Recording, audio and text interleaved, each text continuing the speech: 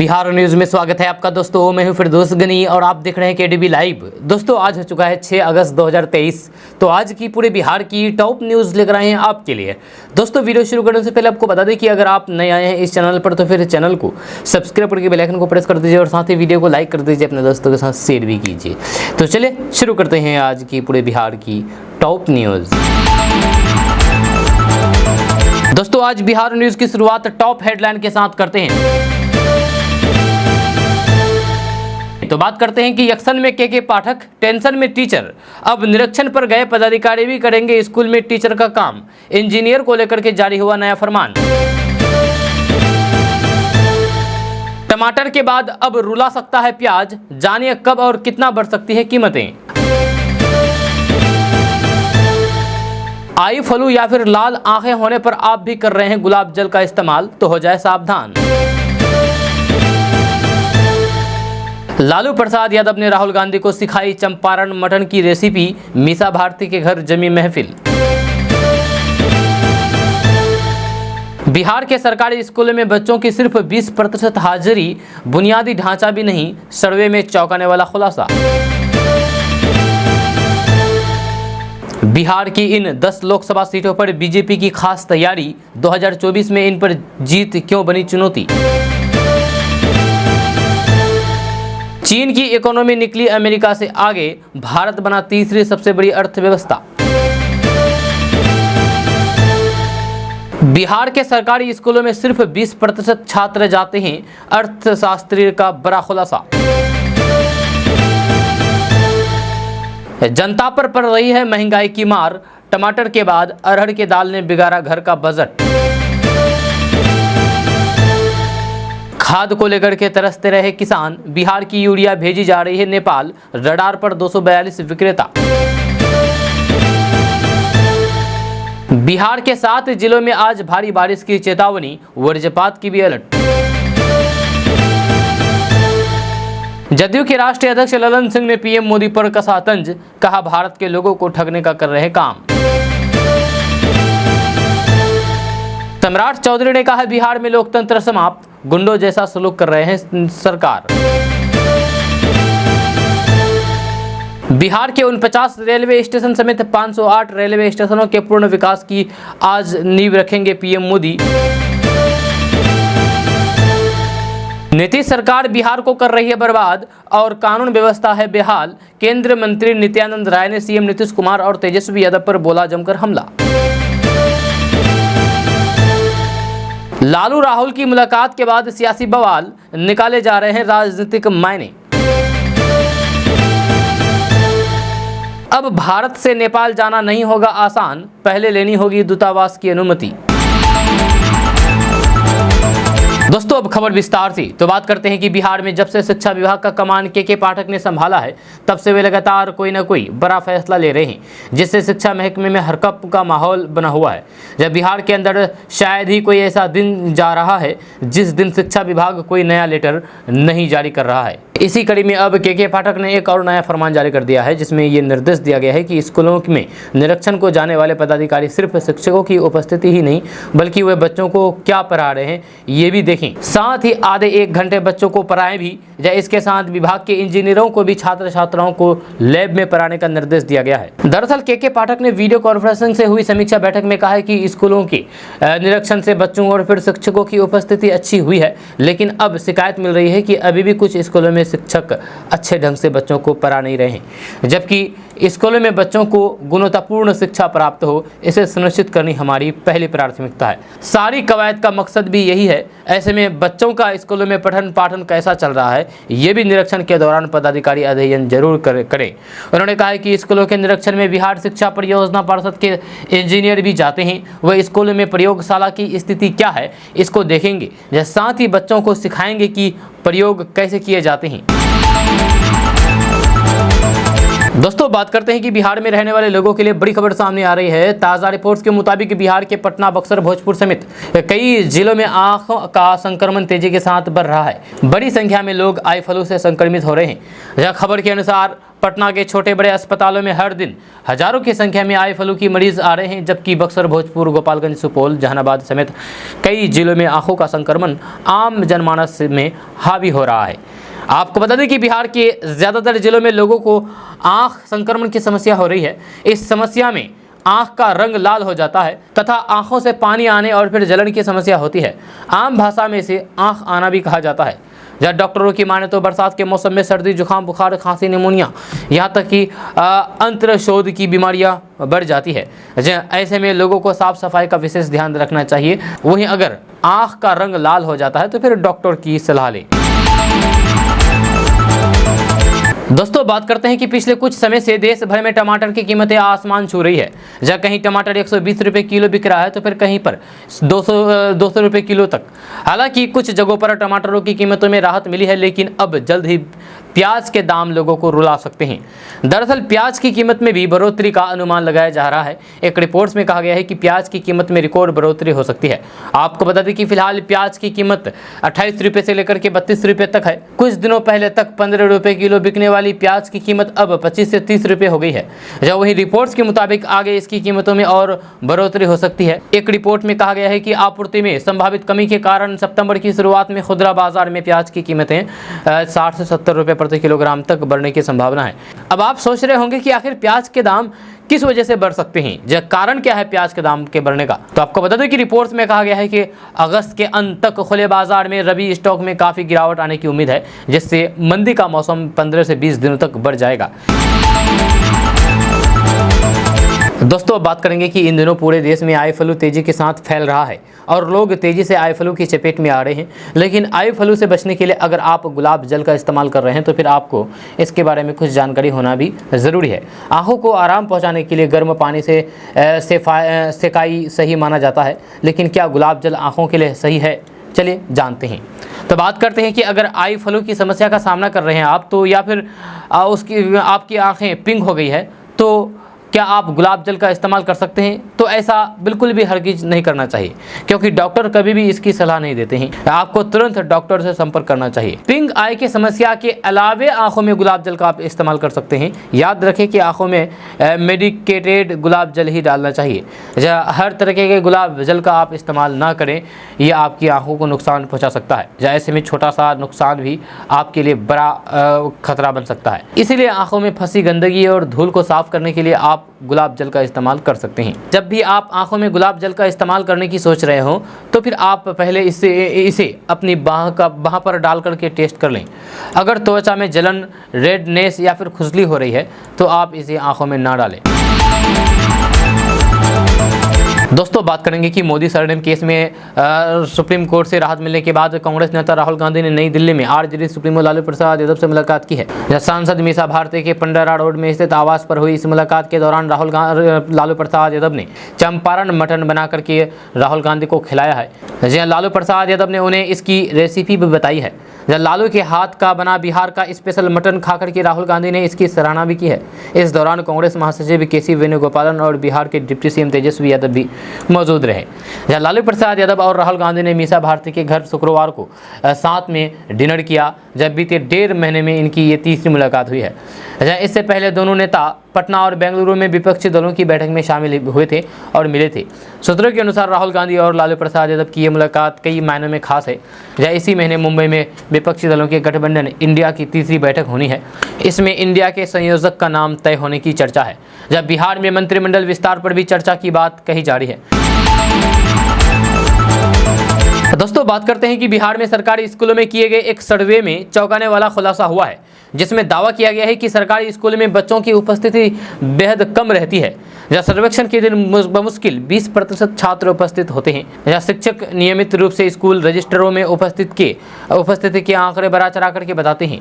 जहाँ सामाजिक कार्यकर्ता जीन ड्रेनेज ने कहा है कि ये जानकर दुख होता है कि सरकारी स्कूलों में नामांकित बच्चों में से बमुश्किल 20% बच्चे प्राथमिक और उच्च प्राथमिक कक्षाओं में जाते हैं। AN Sinha institute of social studies Bharat में शिक्षा की स्थिति पर सर्वेक्षण किया है। इसमें कहा गया है कि सरकार को RTI अधिनियम के अनुसार छात्रों को कम से कम 4 घंटे पढ़ाना सुनिश्चित करना चाहिए। किताबों के लिए नगद राशि और ड्रेस योजना को बंद करना चाहिए और छात्रों को कक्षाओं में वापस लाने के लिए मिड डे मील में स्वाद और पोषण जोड़ना चाहिए। सर्वे रिपोर्ट में कहा गया है कि प्राथमिक कक्षाओं में नामांकित केवल 23% बच्चे सर्वे के समय कक्षाओं में उपस्थित थे, जबकि लगभग 20% छात्र उच्च प्राथमिक कक्षा में उपस्थित थे। सर्वे रिपोर्ट में यह दावा किया गया है।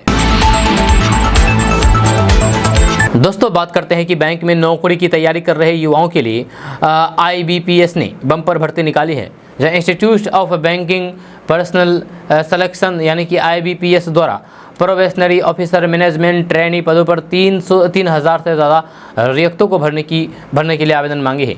इच्छुक और योग्य उम्मीदवार IBPS की आधिकारिक वेबसाइट www.ibps.in पर जाकर के ऑनलाइन के द्वारा आवेदन कर सकते हैं। आवेदन प्रक्रिया 1 अगस्त से शुरू हो चुकी है।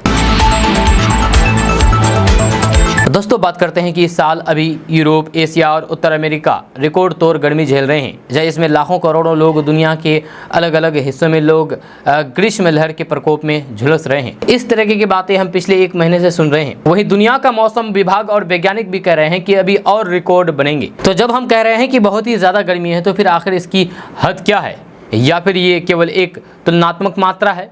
जब कितनी गर्मी को हम बहुत ज़्यादा गर्मी मानेंगे और किसे उससे भी अधिक?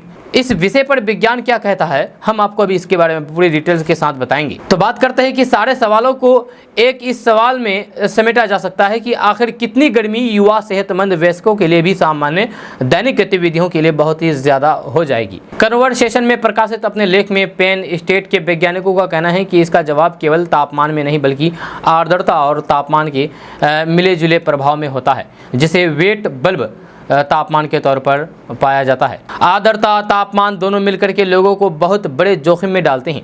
अब वैज्ञानिक पहले जितना समझ रहे थे, यह संयोजन उससे भी निचले स्तर पर खतरनाक हो रहा है। ये सच है कि जिस तरीके से बार बार तापमान में रिकॉर्ड टूट रहे हैं, उससे वैज्ञानिकों को चिंता में डाल दिया है। और इसकी वजह यह है कि इसके तापमान बढ़ने के साथ आर्द्रता भी बढ़ रही है। दोस्तों बात करेंगे कि लोकसभा चुनाव 2024 में अब कुछ महीने का वक्त ही बचा है। बीजेपी ने बिहार की सभी 40 सीटों पर एनडीए की जीत का लक्ष्य बनाया है। चर्चा है कि बीजेपी बिहार के कम से कम 30 सीटों पर अपनी पार्टी के ही प्रत्याशी उतारेगी, जबकि बाकी गठबंधन के सहयोगियों को दी जाएगी। बिहार की 10 लोकसभा सीटें ऐसी है जिस पर 2024 में बीजेपी के लिए जीतना टेढ़ी खीर साबित हो सकती है। जब पार्टी ने इस सीटों पर खास रणनीति बनाई है जिस पर काम चल रहा है। इन सीटों पर बीजेपी पहले चुनाव नहीं लड़ी है। जब पटना में बीजेपी के 2 दिवसीय बैठक आयोजित की गई। 4 और 5 अगस्त को आयोजित इस बैठक प्रदेश पार्टी के वरिष्ठ नेताओं ने सभी लोकसभा विस्तारकों के साथ चर्चा की और उन्हें जीत का मंत्र देते हुए जरूरी दिशा निर्देश दिए। जब प्रदेश अध्यक्ष सम्राट चौधरी, प्रदेश सह प्रभारी हरीश द्विवेदी और फिर संगठन महामंत्री भिखू भाई दालसनिया ने सभी विस्तारकों के साथ अब तक के सभी की समीक्षा की है। बीजेपी के बैठक में लोकसभा विस्तारकों को मिशन 40 को लेकर के प्रस्तावित कार्य योजना की जानकारी दी गई है। खास करके उन 10 लोकसभा सीटों पर विशेष चर्चा हुई है जिन पर भाजपा पहले चुनाव नहीं लड़ी है। बीजेपी का मानना है कि 2019 के लोकसभा चुनाव में एनडीए ने बिहार में 40 में से 39 लोकसभा सीटों पर जीत दर्ज की थी, लेकिन मुख्यमंत्री नीतीश कुमार के पाला बदलने से 2024 में सभी सीटों पर लड़ना और फिर जीत दर्ज करना बड़ी चुनौती बन गई है।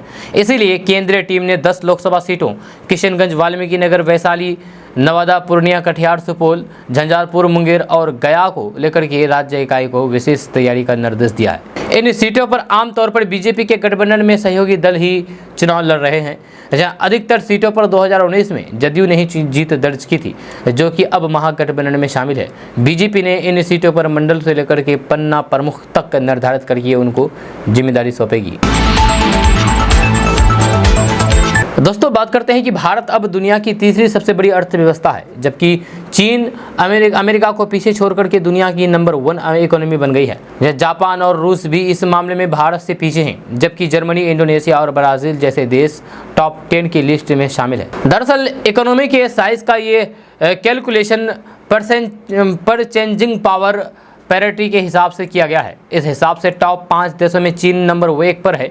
जी हाँ, चीन नंबर 1 इकोनॉमी है, वहीं अमेरिका दूसरी, भारत तीसरी, जापान चौथी और रूस 5वीं सबसे बड़ी अर्थव्यवस्था है। अब आप सोच रहे होंगे कि आखिर भारत की इकोनॉमी कितनी बड़ी है, तो आपको बता दें कि वर्ल्ड ऑफ स्टैटिस्टिक्स के डेटा के हिसाब से परचेजिंग पावर पेरिटी के हिसाब से भारत की इकोनॉमी का साइज 11.8 ट्रिलियन डॉलर है, जबकि चीन की इकोनॉमी 30 ट्रिलियन डॉलर है और अमेरिका की 25 ट्रिलियन डॉलर है। इस तरह चीन इस लिस्ट में नंबर 1 और फिर भारत तीसरे नंबर पर है। वहीं जापान की इकोनॉमी 5.7 ट्रिलियन डॉलर के साथ चौथे नंबर पर और फिर रूस की 5.32 ट्रिलियन डॉलर के हिसाब से 5वें नंबर पर है। अब आप ये सोच रहे होंगे कि आखिर ये परचेजिंग पावर पैरिटी क्या होती है। तो आपको बता दूं कि इकोनॉमी की दुनिया में ये परचेजिंग पावर पैरिटी किसी देश की करेंसी की वैल्यू के साथ साथ वहाँ रहने वाले लोगों की आर्थिक स्थिति की भी जानकारी देती है। ये किसी देश की करेंसी की परचेजिंग पावर के बारे में बताती है। इसका कैलकुलेशन अनिवार्य वस्तुओं की एक बास्केट के हिसाब से होता है। इस बास्केट में अमूमन उन 10 वस्तुओं को शामिल किया जाता है जो जीवन यापन के लिए अनिवार्य है, और फिर करेंसी के वैल्यू के हिसाब से देखा जाता है कि किस देश की करेंसी से इस बास्केट का कितना सामान खरीदा जा सकता है। उदाहरण के लिए अगर भारत में 100 रुपये के अंदर जितना सामान खरीदा जा सकता है उतना ही सामान खरीदने के लिए अमेरिका के कितने डॉलर चाहिए, यही परचेजिंग पावर पैरिटी होता है। दोस्तों बात करते हैं कि इन दिनों जनता पर महंगाई की मार पड़ रही है। जी हाँ, आपको बता दूं कि टमाटर के बाद अरहर दाल ने भी बजट बिगाड़ दिया है। जहाँ इन दिनों खाने पीने से संबंधित हर चीज़ के दाम आसमान छू जाते हैं। जी हाँ, छू जा रहे हैं। सब्जियों से लेकर के मसाले तक की कीमतों में जबरदस्त इजाफा हो रहा है। लगातार बढ़ रही कीमतों के कारण महंगाई भी रिकॉर्ड स्तर पर पहुंच रही है। जहाँ 3 महीने में ही अरहर के दाल की कीमत 20 से 30% तक पहुंच गई है, महंगी हो गई है। अरहर के दाल के अलावा अन्य दालों की कीमतों पर अधिक असर नहीं पड़ा है। जहाँ अरहर के अलावा उड़द, चने और फिर मूंग की दाल की कीमत स्थिर बनी हुई है। इस संबंध में व्यापारियों का अनुमान है कि अगस्त के अंत या फिर सितंबर के महीने में अरहर के दाल की कीमत कम होने की संभावना है। दिल्ली और गुजरात में राजस्थान से जीरे की सप्लाई की जाती है। जब बीते 2 महीने से बारिश के कारण जीरे की फसल काफी बर्बाद हुई है। इस कारण आमतौर पर 200-300 रुपये किलो की कीमत पर बिकने वाला जीरा अब लगभग 700 रुपये किलो में बिक रहा है।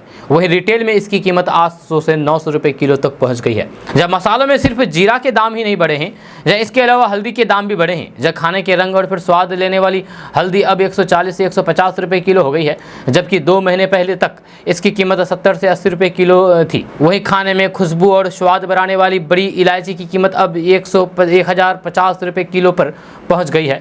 इससे पहले तक ये 650 रुपये किलो के हिसाब से बाजार में बिक रही थी। लाल मिर्च के दाम भी लगभग 40 रुपये तक बढ़े हैं। दाल की कीमत भी बढ़ी है, जिसमें अरहर की दाल है। जब पिछले 3 महीने में अरहर की दाल की कीमत 20% बढ़ गई है। इसका मुख्य कारण है इस बार अरहर के दाल में पैदावार काफ़ी कम हुई है। दोस्तों बात करते हैं कि बिहार में एक तरफ किसान खाद के लिए परेशान रहते हैं, जब वक्त रहते उन्हें यूरिया नहीं मिल पाता है, लेकिन वहीं दूसरी ओर बिहार से भारी मात्रा में यूरिया की तस्करी नेपाल में किए जाने की आशंका जताई जा रही है। मुजफ्फरपुर के 37 समेत 11 सीमावर्ती जिले के 242 खुदरा उर्वरक के विक्रेता रडार पर आ गए हैं, जहां उन्होंने औसत से कई गुना अधिक यूरिया बेची है। केंद्रीय रसायन एवं उर्वरक मंत्रालय ने साल 2022-23 में असामान्य मात्रा में बेचे जाने वालों की रिपोर्ट तैयार की है।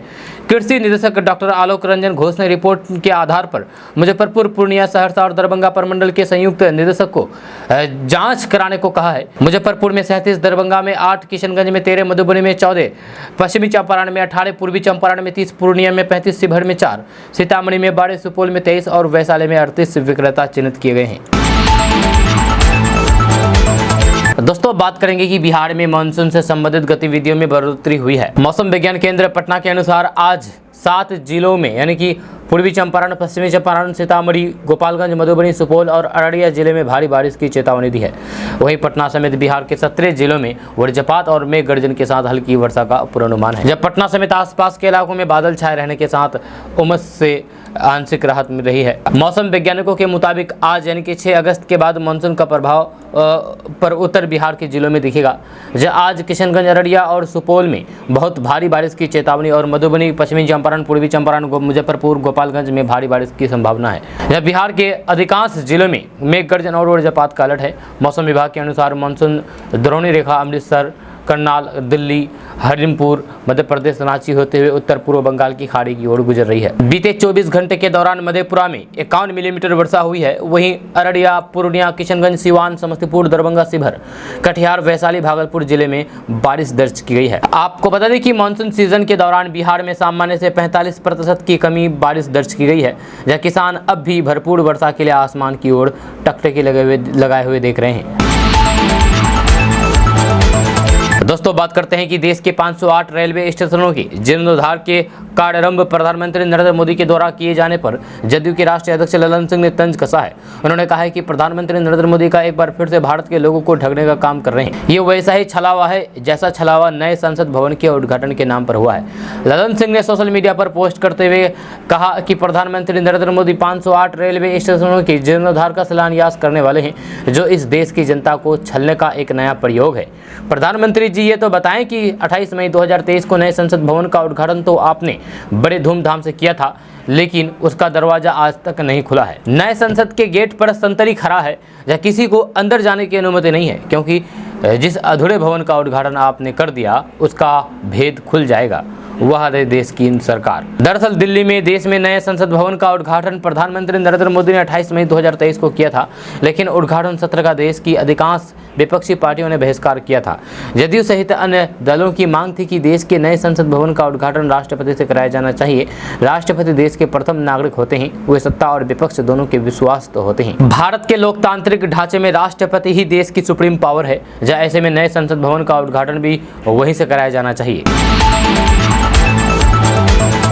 दोस्तों बात करते हैं कि भागलपुर में एक धार्मिक स्थल पर पथराव के मामले में आरोपियों की गिरफ्तारी की मांग को लेकर के धरना अनशन पर बैठे भाजपा कार्यकर्ताओं पर पुलिस ने लाठीचार्ज किया है। इसके बाद पार्टी के प्रदेश अध्यक्ष सम्राट चौधरी ने कहा कि बिहार में लोकतंत्र समाप्त हो गया है। उन्होंने कहा कि नीतीश कुमार की सरकार गुंडों की तरह व्यवहार कर रही है। भागलपुर में धरना और अनशन पर बैठे भाजपा के पूर्व जिला अध्यक्ष रोहित पांडे सहित अन्य कार्यकर्ताओं पर रात में लाठीचार्ज किए जाने पर आक्रोश व्यक्त करते हुए कहा कि वे लोग शांतिपूर्ण तरीके से धरना दे रहे थे।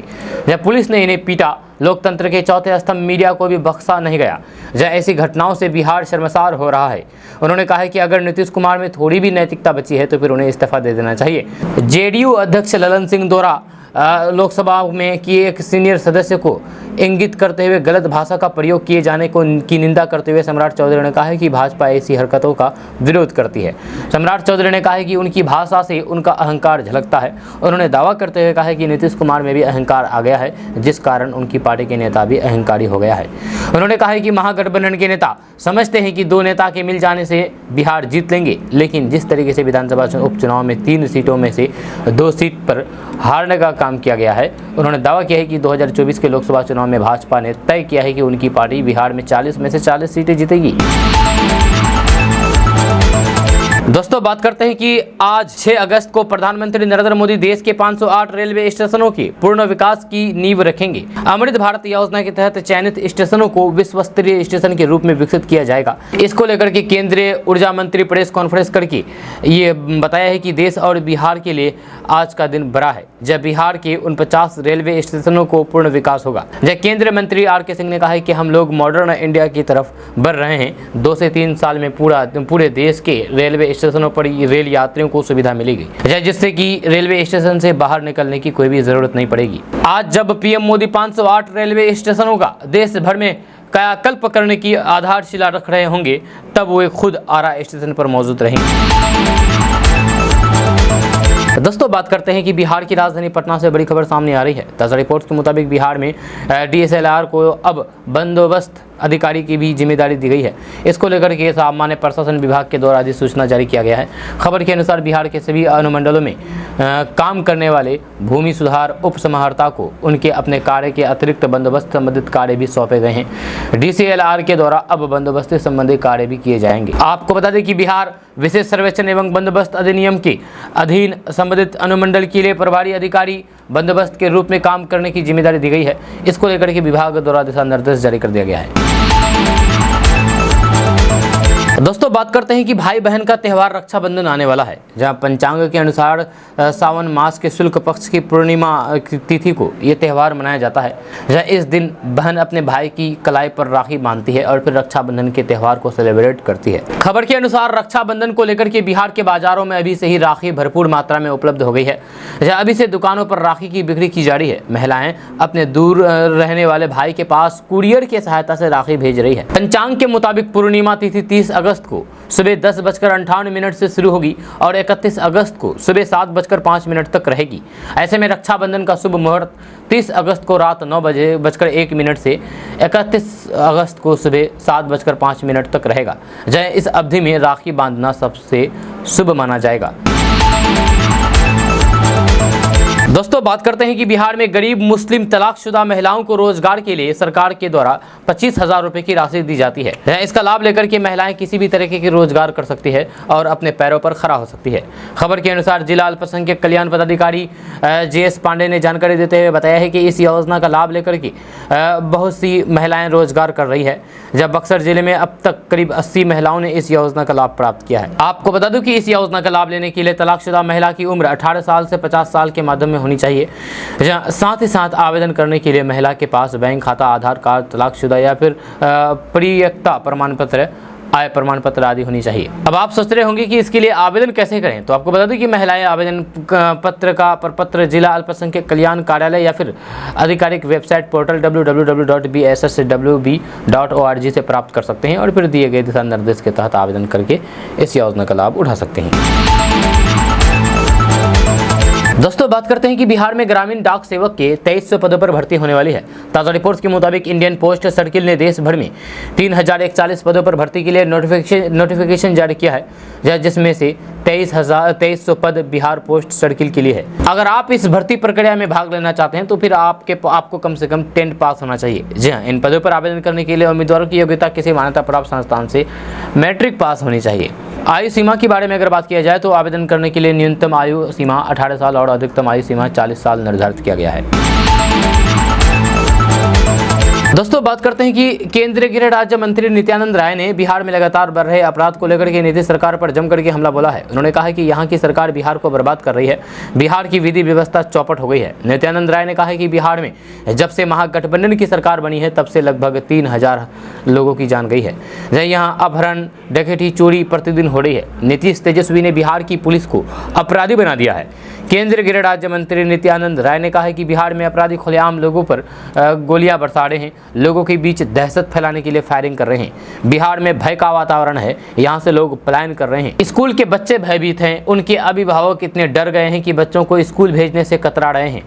इसके कारण बिहार को बहुत नुकसान हुआ है। बिहार में विधि व्यवस्था नाम की कोई चीज़ बची नहीं है। उन्होंने कहा कि नीतीश जी और तेजस्वी जी को ये सोचना चाहिए कि जिस प्रांत में शांति नहीं है वहाँ का विकास नहीं हो सकता है, न ही किसी योजना को धरातल पर ला सकते हैं। वहीं प्रधानमंत्री के नेतृत्व में बिहार के विकास के लिए इतनी सारी योजनाएं हम लेकर आए हैं, जिसके चलते बिहार की गरीबी में कमी आई है। नित्यानंद राय ने कहा है कि बिहार की स्थिति ऐसी नहीं है कि किसी भी योजना को यहाँ सुचारू तरीके से धरातल पर लाया जा सके। इसके बावजूद भी बिहार सरकार को इससे कोई भी मतलब नहीं है, सिर्फ कुर्सी के लिए दिन रात लगे हुए हैं।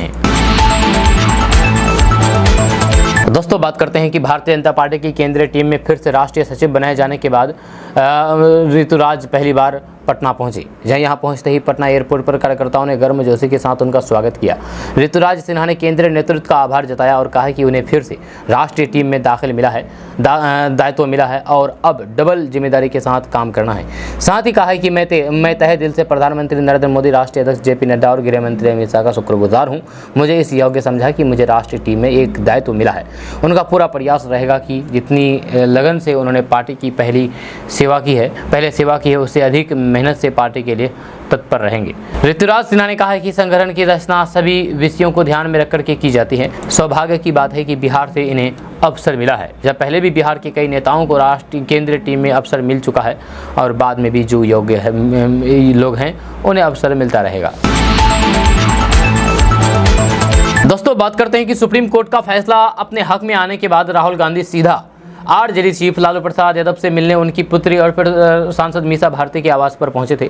दोनों के बीच हुई मुलाकात के दौरान आगामी लोकसभा चुनाव 2024 की प्लानिंग को लेकर के चर्चा हुई, जिसके बाद अब इस मुलाकात को लेकर के कई राजनीतिक मायने निकाले जा रहे हैं। जहां बीजेपी से कह रहे हैं कि नीतीश कुमार को इंडिया गठबंधन से मुक्त करने का प्रयास किया जा रहा है, वहीं महागठबंधन का ये कहना है कि भाजपा इस मुलाकात से डर गई है। बीजेपी नेता पूर्व उप मुख्यमंत्री तारकिशोर प्रसाद ने कहा है कि कल जिस तरीके से राहुल गांधी को सुप्रीम कोर्ट से राहत मिली है उससे इंडिया गठबंधन को ताकत मिलेगी, लेकिन कल जिस तरीके से राहुल गांधी लालू प्रसाद यादव से मुलाकात हुई है उससे नीतीश कुमार को हाशिए पर ला करके खड़ा कर दिया गया है। जब विपक्ष की दूसरी बैठक बेंगलुरु में हुई है उस समय से ही नीतीश कुमार को हाशिए पर ले आया गया है।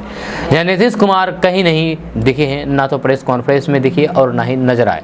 अब ये स्पष्ट हो गया है कि नीतीश कुमार को नए गठबंधन में चाह के भी उनको प्रधानमंत्री उम्मीदवार नहीं बनाया गया, ना ही संयोजक बनाया गया है। अगर छोटी छोटी घटनाओं को जोड़ के देखें तो फिर यह स्पष्ट हो गया है कि कल राहुल गांधी का लालू प्रसाद यादव से मिलना नीतीश कुमार को इंडिया गठबंधन से मुक्ति करने का एक सफल प्रयास है। दोस्तों बात करते हैं कि बिहार के नियोजित शिक्षकों के मुद्दे को लेकर के कल सीएम नीतीश कुमार ने सीएम आवास पर महागठबंधन के नेताओं के साथ बैठक की, जो करीब पौने 2 घंटे तक चली। जब बैठक के बाद बाहर निकले नेताओं ने बताया है कि जल्द ही मुख्यमंत्री नीतीश कुमार इस मामले पर फैसला लेंगे और शिक्षकों का मांग जल्द पूरी करेंगे। बैठक में शामिल कांग्रेस विधायक दल के नेता डॉक्टर शकील अहमद खान ने कहा है कि बहुत ही पॉजिटिव बात हुई है, जहां सारी पार्टियों ने अपनी अपनी बातें कही है, जिसे नीतीश कुमार ने ध्यान से सुना है। मुख्यमंत्री ने हमारी बातें सुन ली है, अब वो अधिकारियों से बात करके जल्द फैसला लेगा। उधर माले विधायक संदीप सौरभ ने कहा है कि हमने पहले भी मुख्यमंत्री को ज्ञापन दिया था कि नियोजित शिक्षकों को राज्यकर्मी का दर्जा दिया जाए। आज उस मसले पर फिर से बहुत ही सकारात्मक तरीके से बात हुई है। अब सरकार इसके तकनीकी पहलुओं पर विचार करके फैसला लेगी। हम लोग कोशिश करेंगे कि जल्द फैसला हो जाए। दोस्तों बात करते हैं कि अगले साल होने वाले लोकसभा चुनाव को लेकर के चर्चा जोरों पर है, लेकिन उत्तर प्रदेश की लोकसभा सीट हो और उसे लेकर के चर्चा बिहार में हो तो फिर अजीब बात है। दरअसल बिहार के मुख्यमंत्री नीतीश कुमार की यूपी के फूलपुर से चुनाव लड़ने की चर्चा खूब हो रही है। इसकी शुरुआत ऐसे तो बिहार के मंत्री श्रवण कुमार ने यह कहकर की कि यूपी के कार्यकर्ता नीतीश कुमार के फूलपुर से चुनाव लड़ने की मांग कर रहे हैं। अब कहा जा रहा है कि विपक्षी दलों के गठबंधन यानी कि इंडिया पर निर्भर करता है कि नीतीश कुमार यूपी से चुनाव लड़ेंगे या नहीं। जब फूलपुर के जातीय समीकरण और फिर लोकसभा चुनाव के परिणाम पर गौर करें तो फिर नीतीश कुमार के वहां से चुनाव लड़ने के बाद मुकाबला दिलचस्प हो जाएगा। माना जाता है कि जदयू के फूलपुर सीट पर नजर नीतीश कुमार के 100 जातीय वोटों के कारण है। यहाँ सबसे ज़्यादा पटेल, यादव एवं मुसलमान वोटर हैं। वैसे केवल जातीय समीकरण को साथ करके भाजपा को मात देना आसान नहीं लगता है। ये भी सही है कि नीतीश कुमार यूपी से चुनाव लड़ते हैं तो फिर ये बिहार से बाहर उनका पहला चुनाव होगा। इसमें कोई शक नहीं है कि नीतीश कुमार केंद्रीय मंत्री भी रह चुके हैं और फिर बिहार में लंबे समय से मुख्यमंत्री हैं। लेकिन जदयू यूपी में चुनाव लड़ती जरूर है, लेकिन अब तक बड़ी सफलता नहीं मिल सकी है।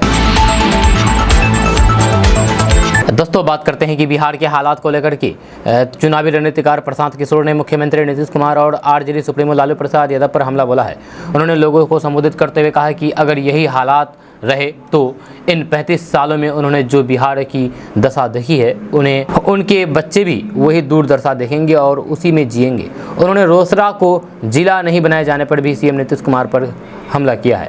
उन्होंने कहा है कि बीते 35 सालों से बिहार ने लालू और नीतीश के शासनकाल के अलावा कुछ नहीं देखा।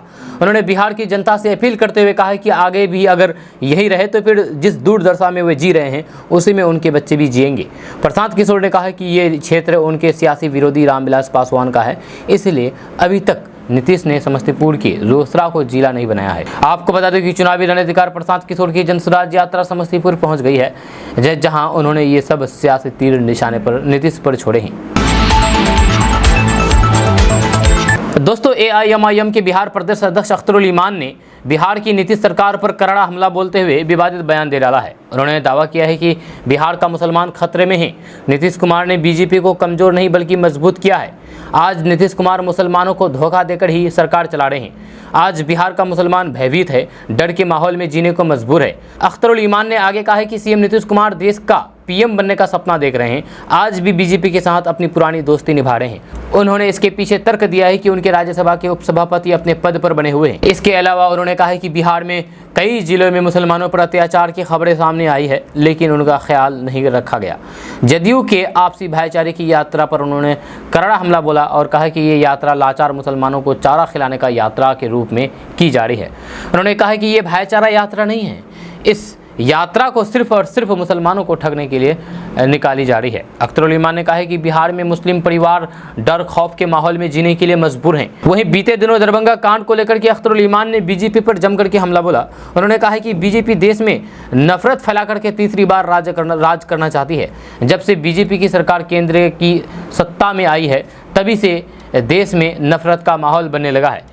जिन मंदिरों में न्याय की शंख बजती है, जहाँ की मस्जिदों से अमन की आवाज़ आती है, जहाँ की गुरुद्वारों से भाईचारे की आवाज़ आती है, गिरजाघरों में इंसानियत होती है, वहाँ आज बीजेपी संघल के लोग लड़ाने का काम करते हैं। ये कहना है AIMIM के बिहार प्रदेश अध्यक्ष अख्तरुल ईमान का।